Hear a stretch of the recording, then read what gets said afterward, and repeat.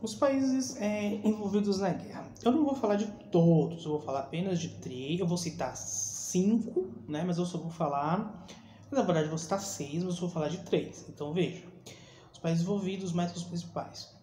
A Grã-Bretanha, que no caso é a Inglaterra, que era a grande potência, né? A dona dos mares, né? E de grandes extensões de terra, controle de áreas muito grande.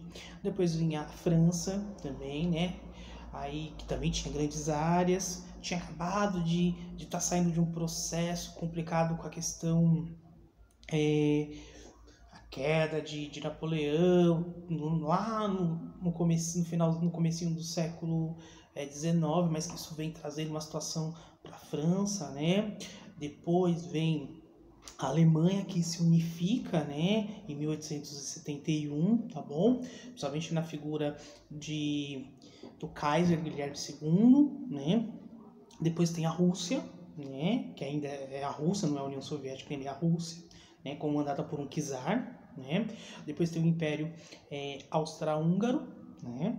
E a Itália, tá bom? Então, assim, vou falar rapidamente dos 3 que para mim é de grande importância, né? E que também está no livro de vocês aí, na página que eu digitalizei, né? Eu dei uma bancada agora que eu não estava olhando pro visorzinho aqui, tá bom? Vou voltar pro visor para que vocês, né? Enfim, que eu falei, a gente vai aprendendo, Então, a primeira coisa o primeiro país que eu vou citar vai ser a Alemanha, tá bom, pessoal? A Alemanha, até 1871, ela era um conjunto de reinos. Então, o reino da Bavária, o reino de Berlim ali, a região ali, a Prússia. Então, veja, não era uma nação ainda. Aí, a partir de 1871, a unificação na figura de Bismarck, né? Bismarck vai lá, unifica, e depois quem assume o poder é o Guilherme II, que é chamado de Kaiser. Kaiser aqui é a ideia de rei, tá bom? A partir disso, a Alemanha começa com um processo muito agressivo de crescimento econômico. Ou seja, ela quer crescer economicamente pela força, né? Logicamente que ela esbarra, né, na Inglaterra, na Grã-Bretanha, né? Ela esbarra nela, mas ela tá lá medindo força, né? E a Grã-Bretanha, a Inglaterra, como eu já disse, até então é a superpotência nesse momento, né? Principalmente controlando aí grandes extensões de terra no continente africano, no continente asiático, né? Tem alguns filmes que retratam isso, né? Tem 2 que eu citaria, Lacan, um filme muito bom, e o próprio o filme do Gandhi, né?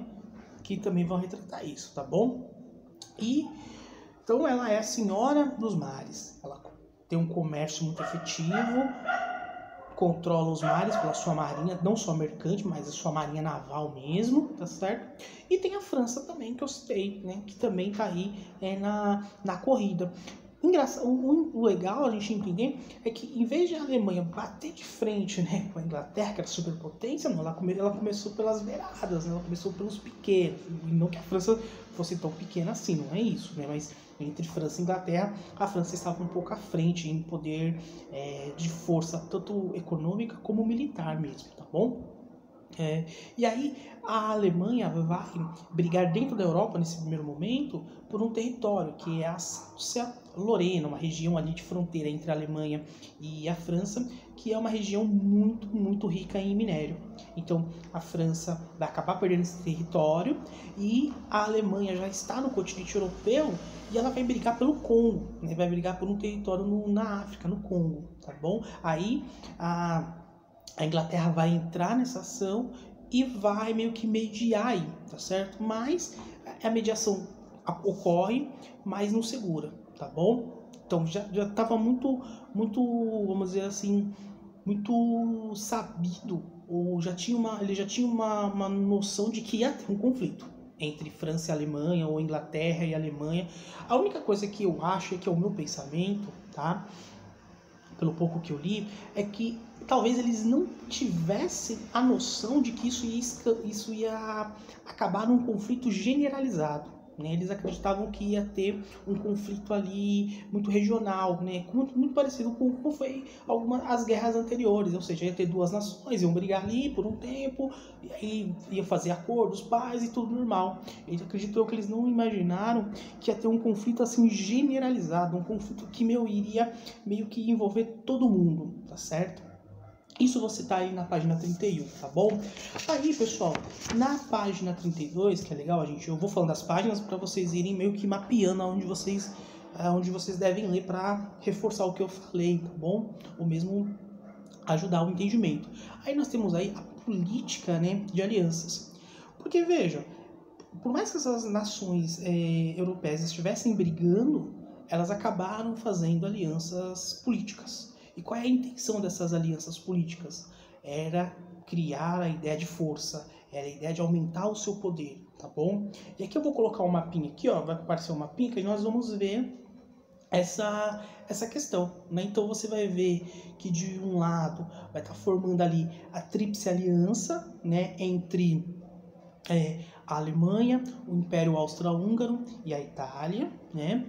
Depois vai se formar a Tríplice Entente, né, entre França, Grã-Bretanha, no caso a Inglaterra, e depois a Rússia, tá certo? Então veja, eu tô aqui desenhando um cenário de como iniciou. Então veja, já estava meio que marcado que essa guerra iria acontecer, né? Já estava mais ou menos, as pessoas já tinham mais uma ciência, de novo, acreditavam que ia ser algo localizado.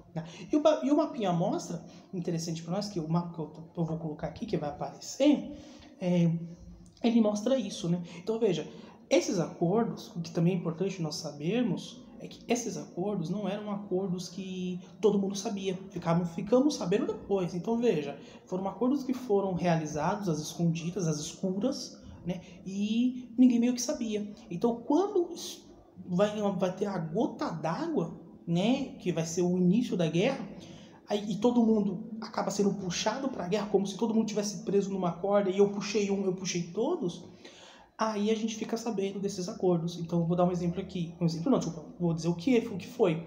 A Rússia tinha um acordo com a Sérvia, que a Rússia também tinha um acordo com a Inglaterra, que a Inglaterra tinha um acordo com a França. Então veja, quando a Sérvia entra na guerra, automaticamente ela puxa a Rússia, puxa a Inglaterra e puxa a França. Do outro lado, o Império Austro-Húngaro tinha um acordo com a Alemanha, que tinha um acordo com a Itália, e também é puxado. E os outros países acabam também sendo puxados, porque eles também estão, no sentido, eles também têm esses acordos. Tá bom, pessoal? E aí vamos para o caso da Sérvia, vamos entender o que foi essa gota d'água.